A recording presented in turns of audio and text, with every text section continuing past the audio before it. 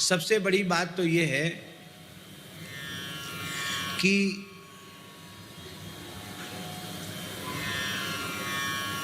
ये राजनीतिक स्वार्थ, लोभ सबकी खोपड़ी में घुसा हुआ है। अन्यथा संपूर्ण राष्ट्र का, भारत राष्ट्र का और भारतीय प्रजा का परम हित इसमें है कि सारी प्रजा को प्रेम के, सौहार्द के एक सूत्र में बांधने के लिए यह जो आरक्षण वाली व्यवस्था है इसको तत्काल समाप्त कर देना चाहिए।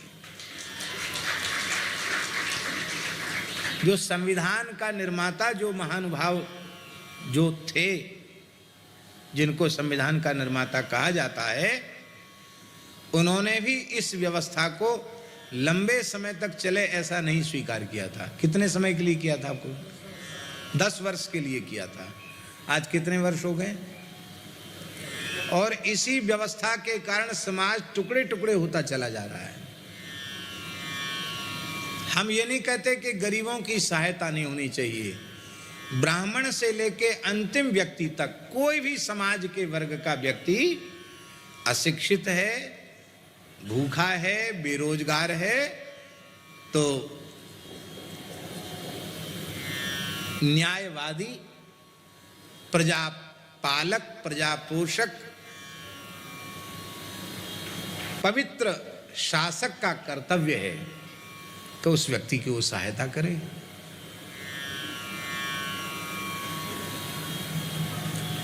आज निर्धन व्यक्ति को शिक्षा सुलभ नहीं है, निर्धन व्यक्ति को उत्तम शिक्षा सुलभ नहीं है, न निर्धन व्यक्ति को चिकित्सा सुलभ है, न निर्धन व्यक्ति को शिक्षा सुलभ है, और न निर्धन व्यक्ति को कोई पद और प्रतिष्ठा की प्राप्ति हो सके ये सुलभ है। और यह सब परिणाम है इस आरक्षण के असुर का परिणाम है।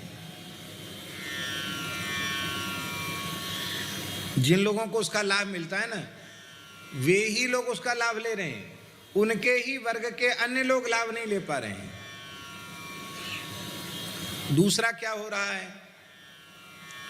सहायता निर्धन व्यक्ति की होनी चाहिए, गरीबों की सहायता होनी चाहिए, पर मनुष्य को सर्वथा अकर्मण्य बना दिया जाए, उसको मुफ्तखोर बना दिया जाए, यह उसके साथ न्याय नहीं है, यह उसके साथ अन्याय है।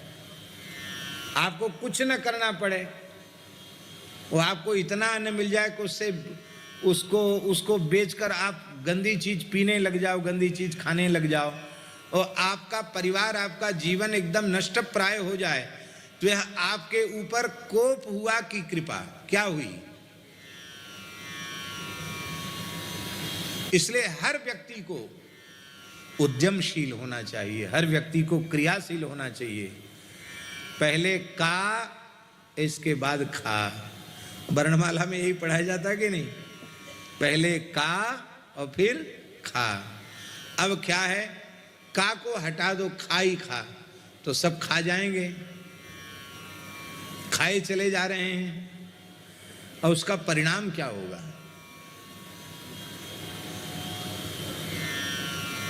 इस तरह से चलेगा तो कभी न कभी व्यवस्था जब चरमराएगी तो इतनी अधिक व्यवस्था चरमरा जाएगी, इतना नीचे चले जाएंगे, फिर उठने का कोई विकल्प ही समझ में नहीं आएगा कि अब खड़े कैसे हों। ये बाहरी बवंडर बना रहे तब तक बना रहे हो, जब ध्वस्त होंगे तो क्या, कैसे खड़े होंगे फिर? इसलिए आर्थिक दृष्टि से सशक्त और संपन्न बनना चाहिए, और वो तभी बनेंगे जब पहले का और उसके बाद में